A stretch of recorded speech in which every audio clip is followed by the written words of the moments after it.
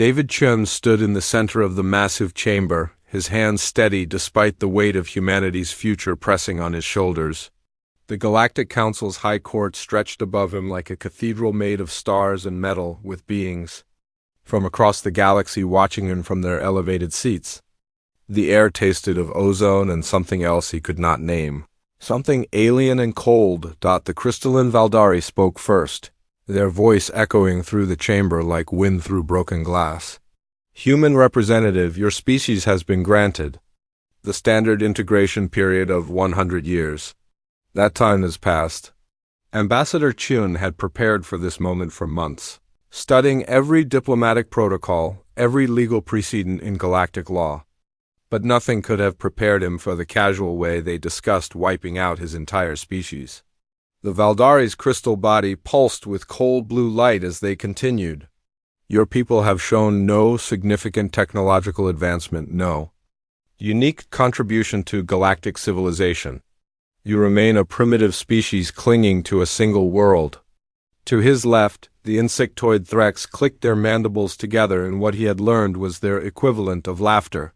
Their compound eyes reflected the chamber's lights like black mirrors. They still use chemical rockets to leave their atmosphere, the Threx delegate buzzed. Their weapons are barely capable of destroying cities, let alone planets. What possible use could such creatures serve? The energy-based lumina floated above their designated space, a shifting mass of pure light that hurt to look at directly. When they spoke, their voice seemed to come from everywhere at once. The galaxy has no room for dead weight. Resources are finite. Space is finite. Your world would better serve as a mining colony for the Krillian Empire. Chun felt his throat tighten, but he kept his voice steady. Honored Council, humanity requests additional time to demonstrate our value. We have made significant advances in recent decades. Our scientific achievements, our cultural contributions, irrelevant, the Valdari cut him off. Every species believes their art and science are valuable.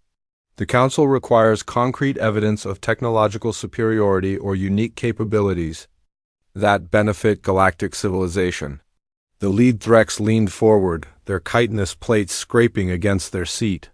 Your species has been observed, human. You fight among yourselves constantly. You destroy your own environment. You cannot even achieve basic planetary unity. What makes you think you deserve a place among the stars? Chun had heard these criticisms before, but hearing them spoken as a death sentence made them feel different. Our diversity is our strength. Our different perspectives lead to innovation. Chaos, the Lumina interrupted. Pure chaos. The galaxy operates on order, on hierarchy, on proven systems that have maintained peace for millennia. Your species represents disorder incarnate. The chamber fell silent except for the hum of the station's systems.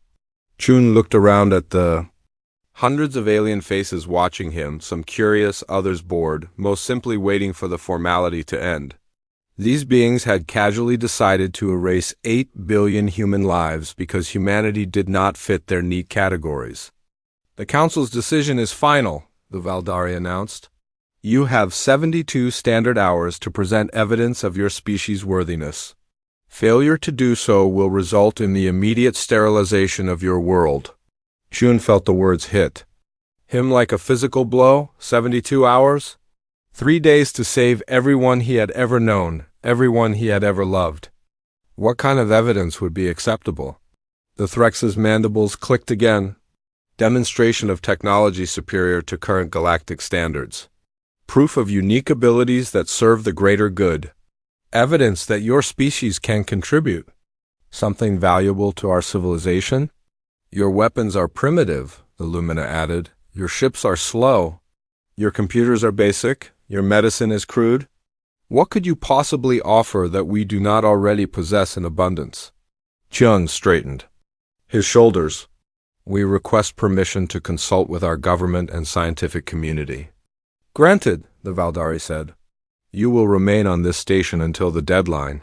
Communication with your world is permitted. As the council members began to file out of the chamber, Chun activated his communication device.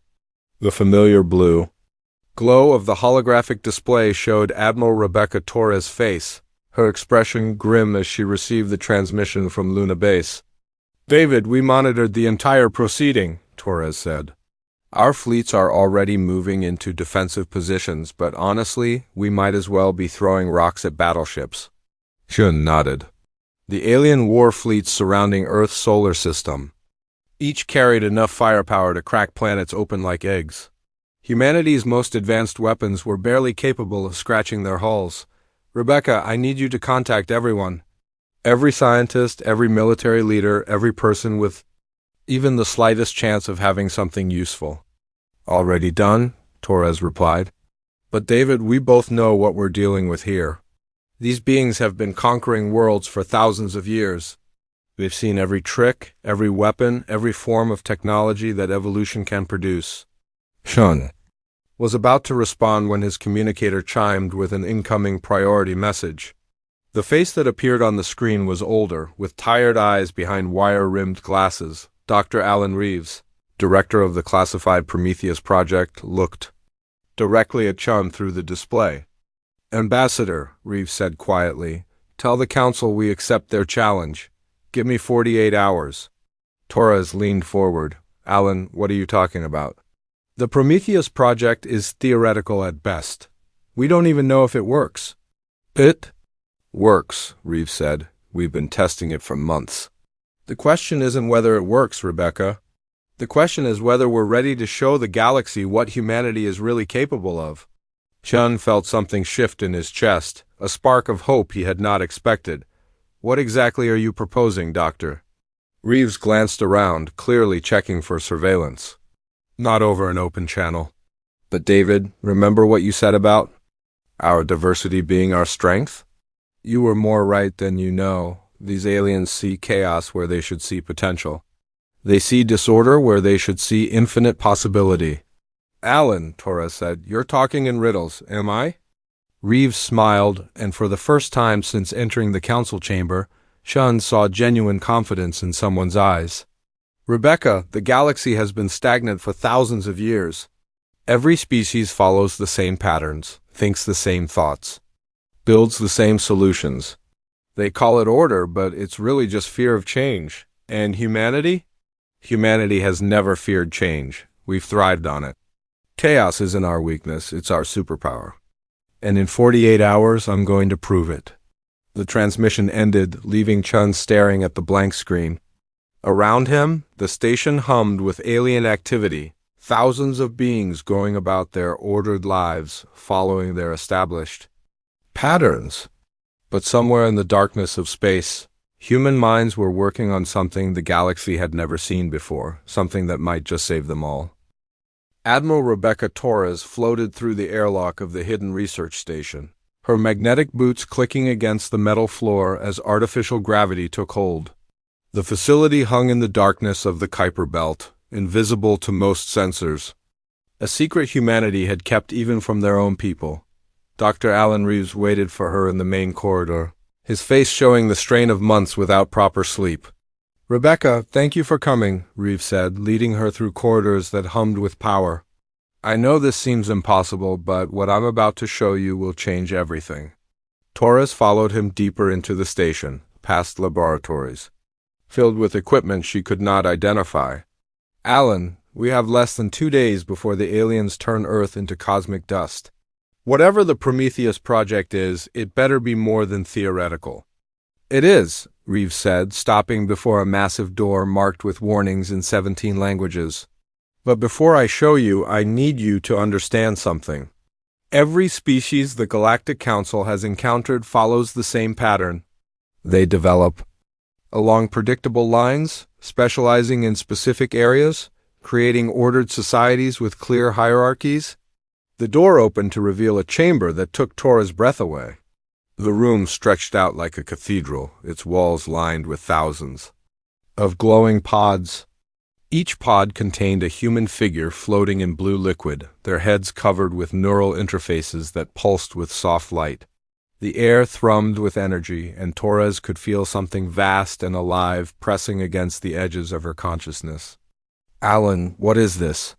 "The Neural Collective," Reeves said, walking toward the center of the chamber. 10,000 of humanity's brightest minds linked together in a quantum consciousness network.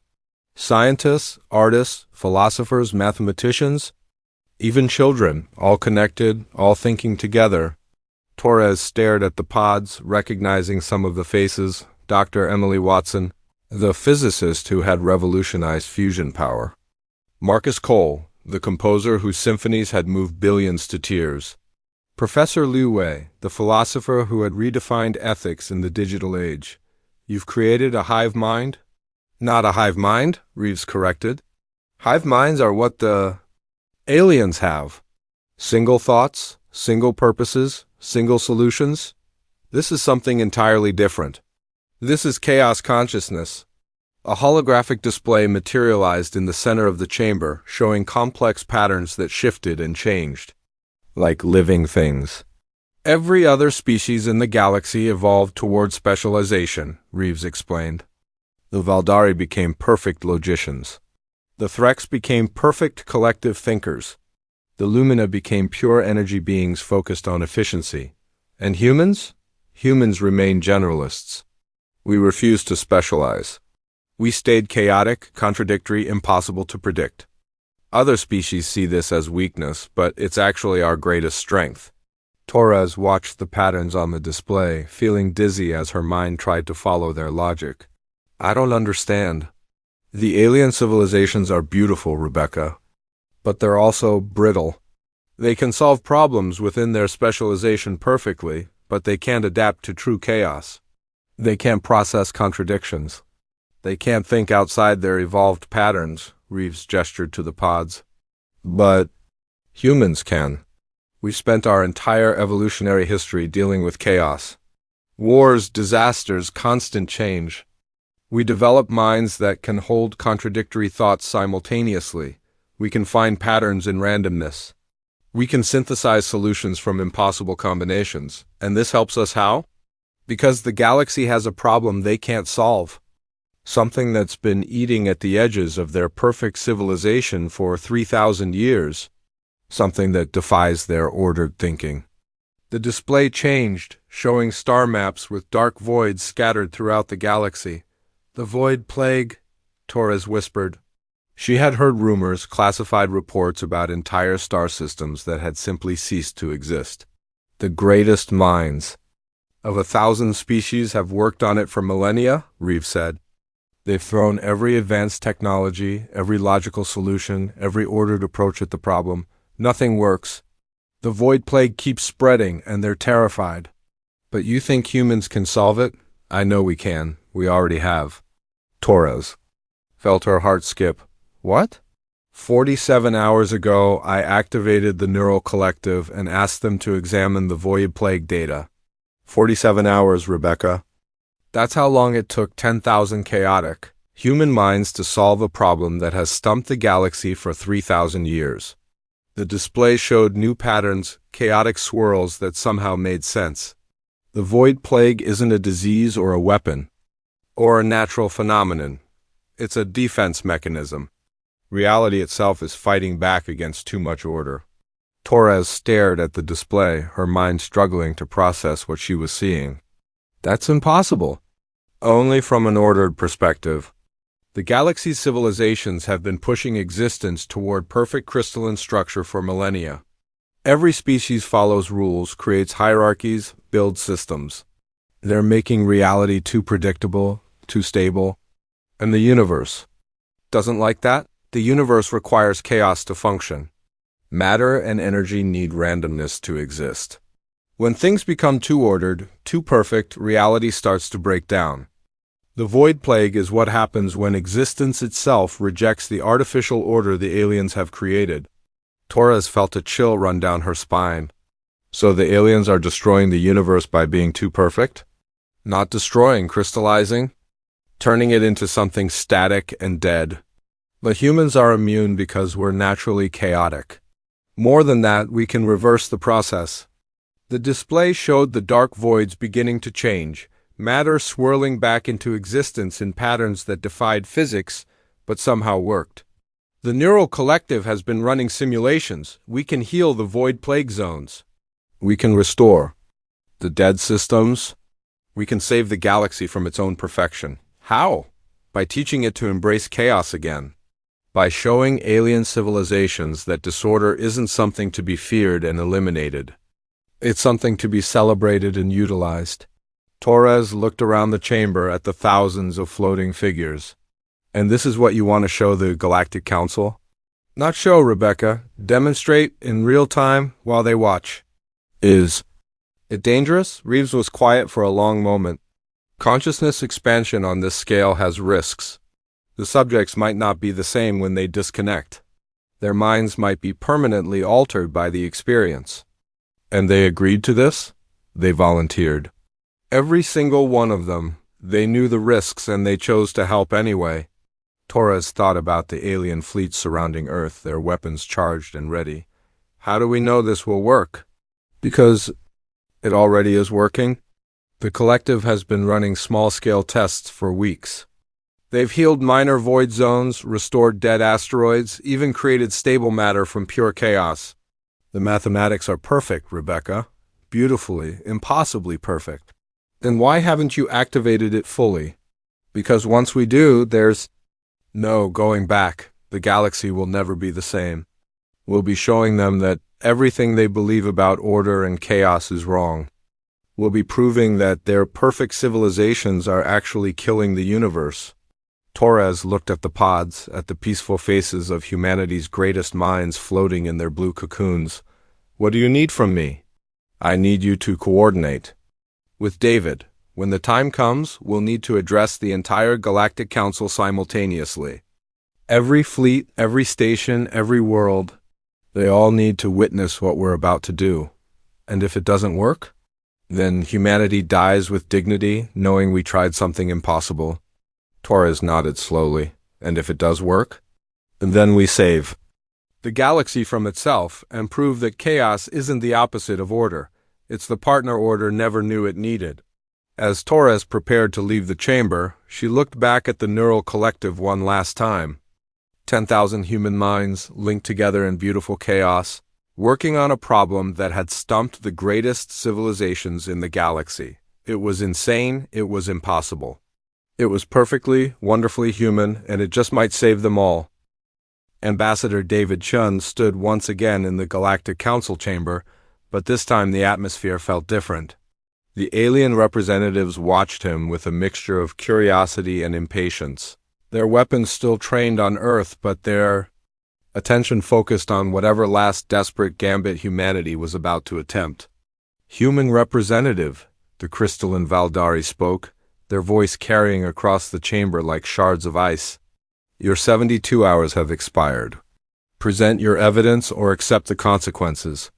Chun took a breath, feeling the weight of 8 billion lives pressing down on him. Honored Council, humanity requests permission to demonstrate our contribution to galactic civilization. We offer a solution to the void plague. The chamber erupted in what passed for alien laughter. The Threx's mandibles clicked rapidly, their compound eyes gleaming with amusement. The void plague has confounded our greatest minds for 3 millennia. The lead Threx buzzed. You dare claim that your primitive species can solve what we cannot? We do not claim, Chun said steadily. We offer proof. The Lumina pulsed with irritated energy. Impossible. The void plague defies all known laws of physics. It consumes matter, energy, even spacetime itself. Entire star systems simply cease to exist, leaving behind perfect emptiness.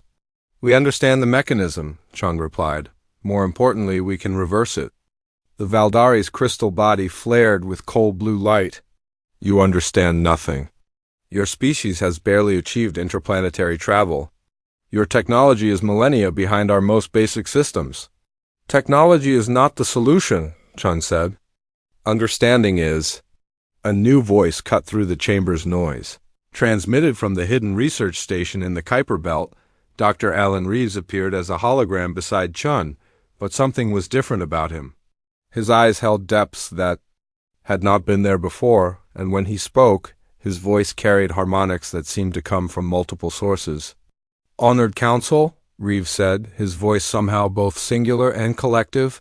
I am Dr. Alan Reeves, speaking through the Human Neural Collective. We have studied the Void Plague for 47 hours and have reached a conclusion. The chamber fell silent. The alien representatives stared at the hologram, sensing something they could not quite identify. There was power in the figure before them, but not the kind they recognized. The Void Plague is not a disease, Reeves continued. It is not a weapon, it is not a natural phenomenon. It is a correction mechanism. Impossible, the Valdari said.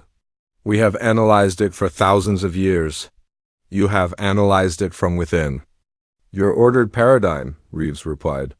But order is not the natural state of the universe. Chaos is. The hologram gestured, and the chamber's display systems activated without permission, showing star maps and mathematical equations that hurt to look at directly. Your civilizations have spent millennia imposing order on reality. Hierarchies, rules, predictable patterns. You have created a galaxy where everything follows logical progression. As it should be, the Threx leader buzzed. Order brings peace. Order brings efficiency. Order brings progress.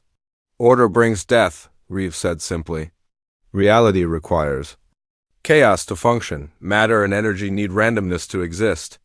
When existence becomes too ordered, too predictable, the universe itself begins to break down. The display showed the Void Plague zones, but now they were overlaid with patterns that revealed their true nature.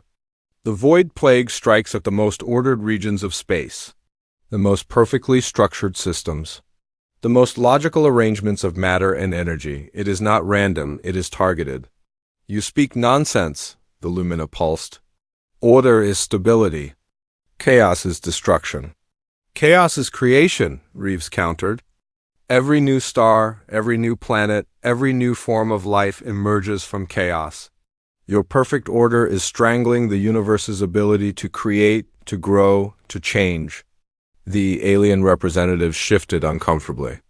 Millennia of absolute certainty were being challenged by concepts that made their ordered minds ache. Prove it, the Valdari demanded. If you truly understand the Void Plague, demonstrate this understanding. We will, Reeves said. But first, you must understand what you are about to witness. The human neural collective represents something your species have never encountered. 10,000 minds thinking together, not in unity but in beautiful chaos. We can process contradictions, embrace paradox, and find solutions in impossibility. The chamber's display shifted, showing the hidden research station. The alien representatives watched in fascination as the camera moved through corridors filled with floating human figures, their minds linked in the glowing network of the neural collective. What are they doing? The Threx leader asked. They are thinking, Reeves replied. Not in the linear logical patterns your species prefer, but in the wild, chaotic dance of human consciousness. They are finding connections where you see only separation. They are creating order from chaos and chaos from order. The displays showed equations that shifted and changed, mathematical concepts that seemed to contradict themselves while somehow remaining true.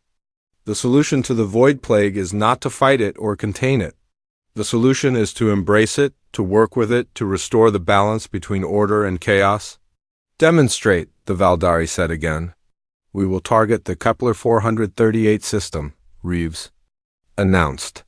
A star system consumed by the Void Plague 600 years ago. The Council's finest minds declared it permanently lost.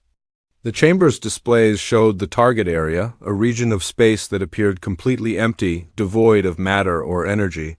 We will restore it, Reeves said. Not to its original state, but to something new. Something that balances order and chaos. If you fail, the Lumina warned, your species dies immediately. We will not fail, Reeves replied. We cannot fail. Failure is impossible when you embrace impossibility itself. The neural collective began to work, and the alien representatives felt something they had never experienced before. The ordered patterns of their thoughts began to shift, influenced by the chaotic consciousness pressing against their minds. The Valdari's crystal structure flickered with new colors. The Threx's collective thoughts suddenly sprouted individual variations. The Lumina's pure energy began to spontaneously generate matter. What are you doing to us? the Valdari demanded. We are showing you what you have forgotten, Reeves said. The joy of chaos, the beauty of contradiction, the power of impossibility. The displays showed the empty space where the Kepler 438 system had once existed. Slowly, impossibly, points of light began to appear. Not the original stars and planets, but something new. Something that followed no known laws of physics but somehow worked perfectly. Impossible, the Threx breathed. Impossible is just another word for beautiful, Reeves replied. Watch. The new system continued to form matter and energy dancing together in patterns that defied logic but created something magnificent. Stars that burned with cold fire. Planets that orbited in figure-8 patterns around binary black holes. Moons that phased in and out of existence while maintaining perfect stability. The void plague is not your enemy, Reeves said as the impossible system stabilized. It is your teacher. It is trying to show you that the universe needs both order and chaos, both logic and madness, both the predictable and the impossible. The alien representatives stared in stunned silence at the display. Something that had terrified them for millennia was being transformed into something beautiful by the chaotic consciousness of humanity. The demonstration is complete, Reeves said. The void plague can be healed, the galaxy can be saved. But only if you are willing to embrace the chaos you have spent millennia trying to eliminate. The chamber fell silent except for the hum of the station's systems. The alien representatives looked at each other, then at the impossible star system spinning on their displays, then at the human ambassador who stood calmly in the center of their ordered world. Finally, the Valdari spoke, their voice carrying a note Chen had never heard before. The demonstration is acceptable. Stand down for diplomatic negotiations. The silence that followed the demonstration was unlike anything the galaxy had ever experienced.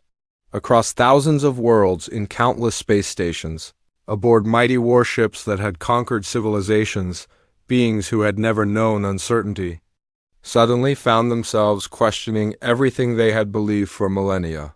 Admiral Rebecca Torres stood on the bridge of the human command vessel, watching the tactical displays with growing amazement.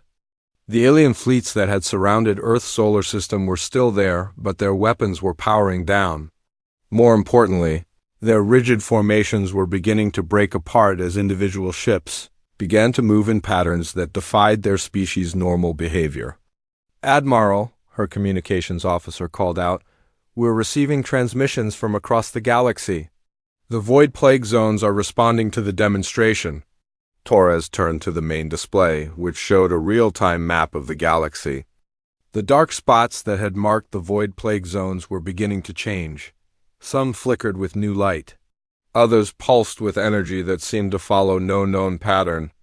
A few were generating matter that appeared and disappeared in impossible cycles. It's working, she breathed. The neural collective is actually healing the galaxy. On the hidden research station, Dr. Alan Reeves floated in the center of the chamber, his consciousness expanded far beyond his physical form. Through the neural collective, he could feel the minds of 10,000 humans working in perfect chaotic harmony. But more than that, he could sense something else. The rigid thought patterns of alien civilizations were beginning to soften, influenced by the wave of chaotic consciousness spreading from Earth. The Valdari homeworld was experiencing something unprecedented. The crystalline beings who had spent eons perfecting their logical thought processes suddenly found themselves capable of intuitive leaps. Their cities, built in perfect geometric patterns, began to spontaneously generate new structures that followed no architectural rules but somehow improved the flow of daily life. The Threx hive colonies were in chaos of their own. Individual members of the collective consciousness were beginning to have personal thoughts, private dreams, separate ideas that did not originate from the central mind. The hive queens were initially terrified, but as they watched their workers become more creative and adaptable, they began to see the beauty in individualism. The Lumina energy beings were perhaps the most dramatically affected. Their pure energy forms began to spontaneously generate matter, creating temporary bodies that allowed them to experience physical sensation for the first time in their species' history. They discovered the joy of taste, the pleasure of touch, the satisfaction of physical creation on the Galactic Council Station. Ambassador David Chun received a priority transmission from Earth. The face on the screen belonged to Dr. Sarah Kim, the director of the Global Communications Network. "David, you need to see this," Dr. Kim said, her voice filled with wonder. "The entire planet is responding to the neural collective's activation. We're getting reports of spontaneous innovations, artistic breakthroughs, and scientific discoveries, happening simultaneously across all continents. How is that possible? The collective isn't just linking 10,000 minds on the research station. It's creating a resonance effect.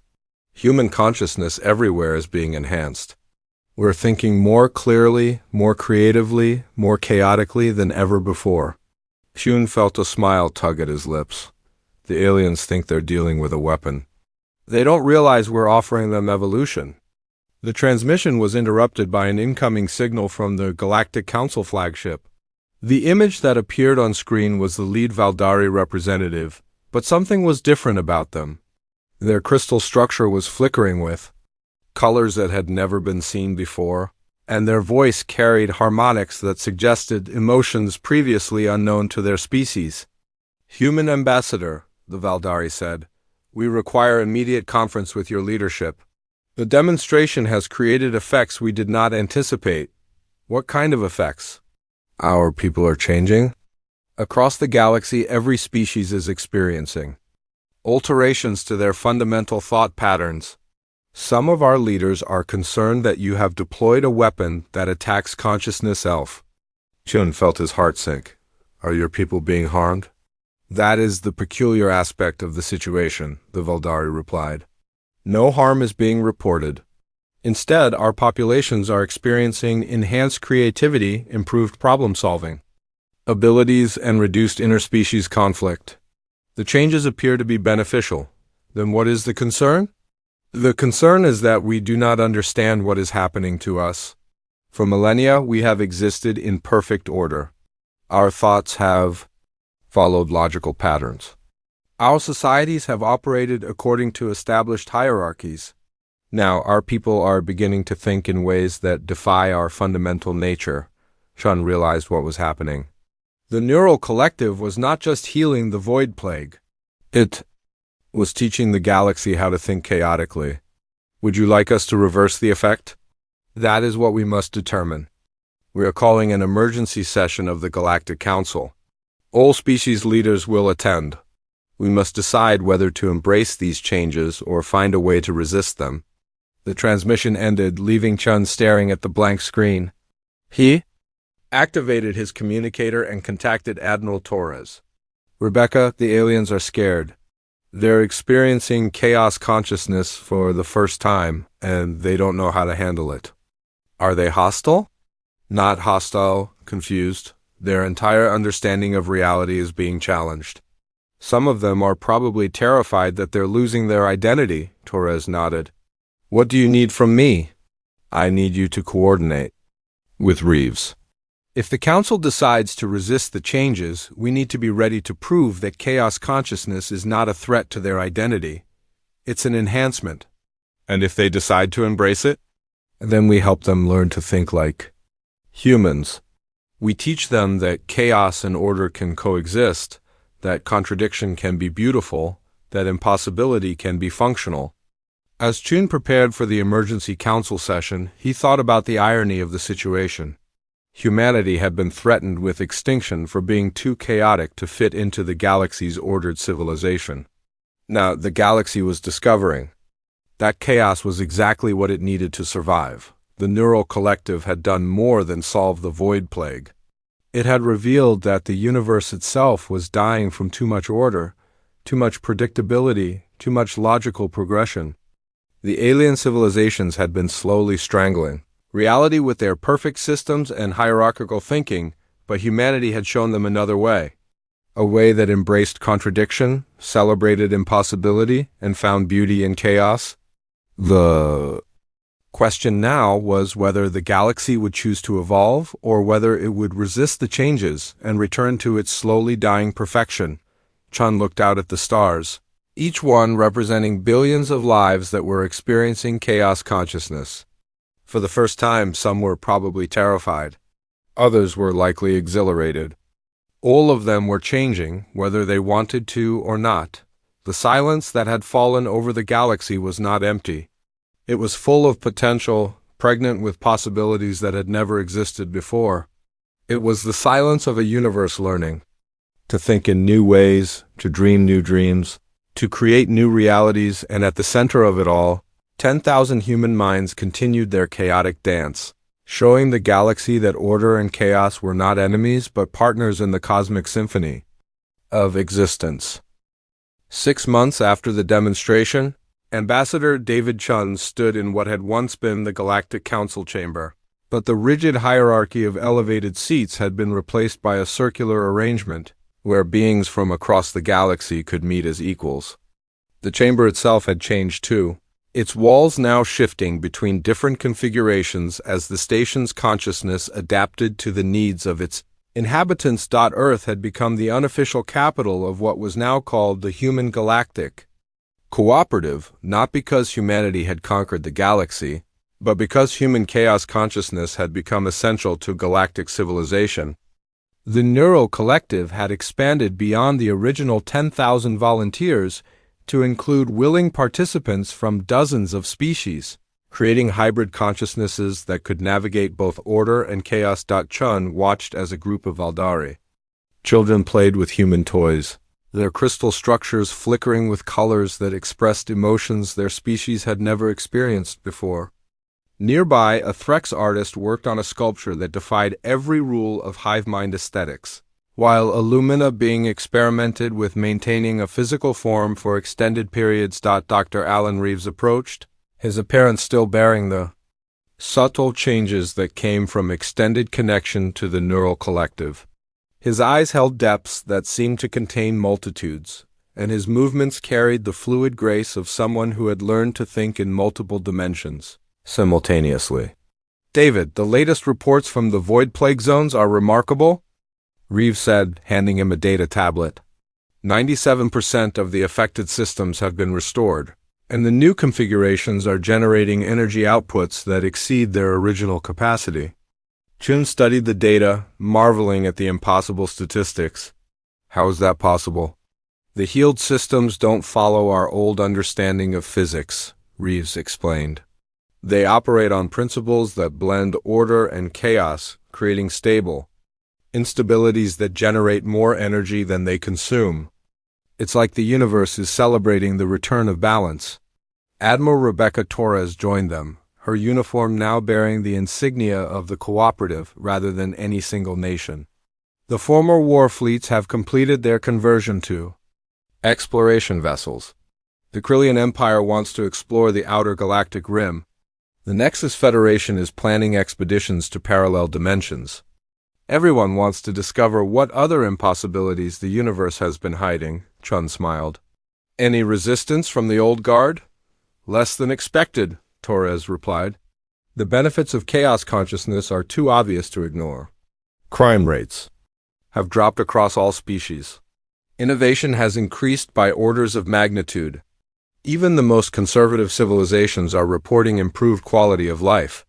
What about the concerns over identity loss? Mostly resolved, Reeves said. The hybrid consciousnesses maintain their species' core characteristics while gaining the ability to think chaotically. The Valdari are still logical, but now they can make intuitive leaps. The Threx still value collective harmony, but now they can appreciate individual creativity. The Lumina are still energy beings, but now they can experience physical existence when they choose. A soft chime echoed through the chamber, and Ching turned to see a holographic display materializing in the center of the room. The image showed Dr. Emily Watson, one of the original Neural Collective volunteers, speaking from the Department of Impossible Sciences. David, we've made a breakthrough, Watson said, her voice carrying the harmonics of expanded consciousness. The chaos consciousness isn't just healing the void plague. It's revealing layers of reality that we never knew existed. What do you mean? The universe has structure we couldn't perceive before. There's a surface layer that most species interact with where physics follows predictable rules. But underneath, there are deeper levels where contradiction and impossibility are. The norm, chaos consciousness, allows us to access and navigate these layers. Chun felt a familiar thrill of discovery.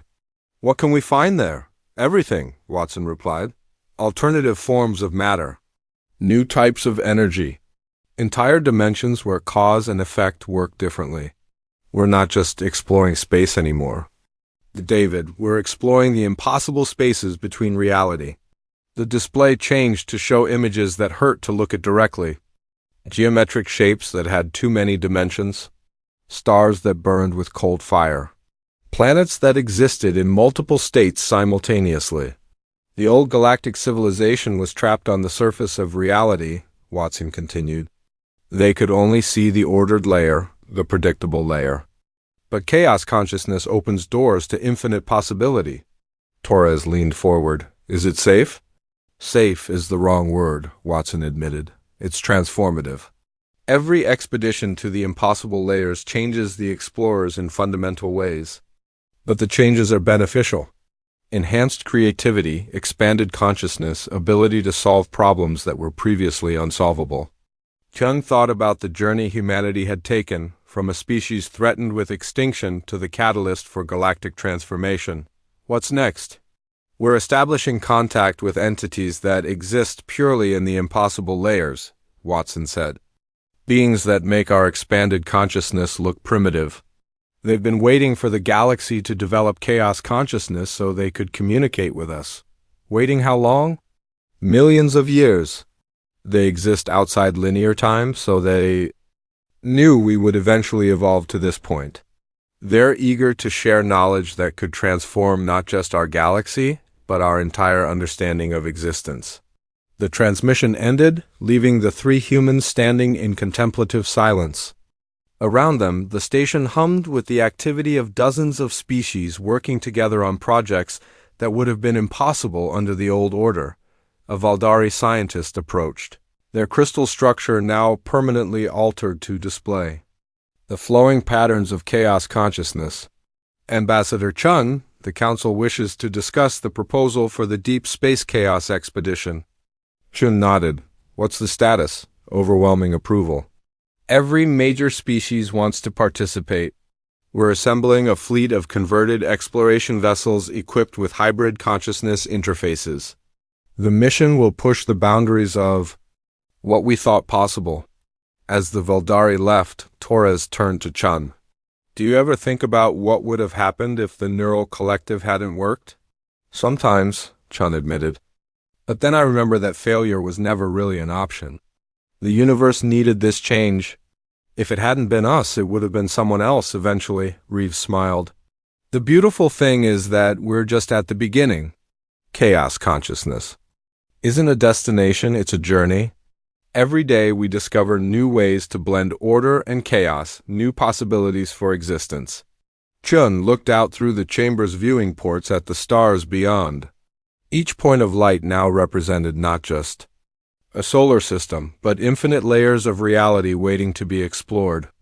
The galaxy that had once seemed vast but limited now revealed itself as merely the surface of something unimaginably larger, the silence that had fallen over the stars. 6 months ago had been replaced by a new kind of music, not the rigid harmonies of ordered civilization, but the wild, beautiful chaos of infinite possibility. Species that had stagnated for millennia were now evolving at unprecedented rates. Technologies that had seemed impossible were becoming routine. Most importantly, the universe itself was healing. The Void Plague had been more than a threat to individual systems. It had been a symptom of reality becoming too crystalline, too perfect, too dead. The restoration of chaos consciousness had brought balance back to existence itself. Chun thought about the irony of their situation.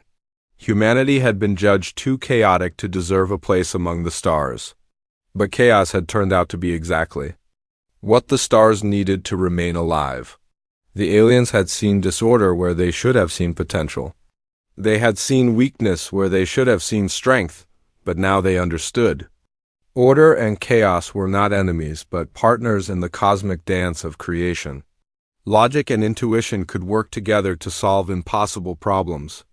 Predictability and surprise could coexist to create beauty beyond imagination. The galaxy had learned to embrace paradox, to celebrate contradiction, to find joy in impossibility. And at the center of it all, human consciousness continued to dance its chaotic dance, teaching the universe that the most beautiful things in existence came not from perfect order, but from the perfect balance of order and chaos. As Chun prepared to leave for the next council session, he smiled at the thought that humanity's greatest weapon had never been a weapon at all. It had been the simple willingness to remain beautifully, impossibly, chaotically human in a universe that had forgotten how to dream.